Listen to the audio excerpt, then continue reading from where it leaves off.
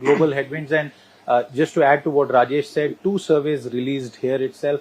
One, the World Economic Forum chief economists, who said a majority, well over 75%, expect a recession this year. A PwC survey which had a healthy component of Indian CEOs, which crucially shows, and that's Rajesh's point, that Indian CEOs are far less pessimistic than their global counterparts. Is the global and advanced economy business environment going to be a challenge for Indian business in this year? So let me answer your question in 2 points. Sure. One is, I see opportunity and adversity. If the rest of the world is going to have issues, already companies, if you look at manufacturing and especially the automotive manufacturing landscape for the component side, 70% of the output of components that goes into automotive in Europe is Mittelstand, which is companies from 100 to 5, 6, 700 million euros in sales. These companies are already very stressed because of the 2 years of COVID and then all the supply chain issues.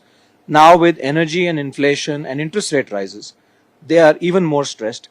I think there was a report by CRIF, which is a credit rating agency in Germany, which said that 17,000 German firms are expected to go bankrupt this year, and it will increase by another 4% next year.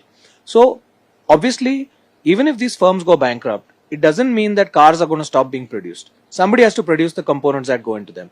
And we expect that that is an opportunity for Indian companies to capitalize on, to export output. Secondly, if there is global deflation, I think is the best opportunity for India to accelerate its infrastructure build. Because if you look at our telecom infrastructure, we didn't have layered costs of telecom. Therefore, we went from zero to hero in mobile telephony. So you don't have layered costs. When you don't have layered costs and legacy costs, then you can provide a service at the lowest cost possible of the highest quality. I was on a panel with the CTO of Ericsson. He said India has already surpassed Europe on 5G. He sat right here. Okay, he said the same thing. And he said by June we will surpass the rest of the world except China on 5G. That's unbelievable.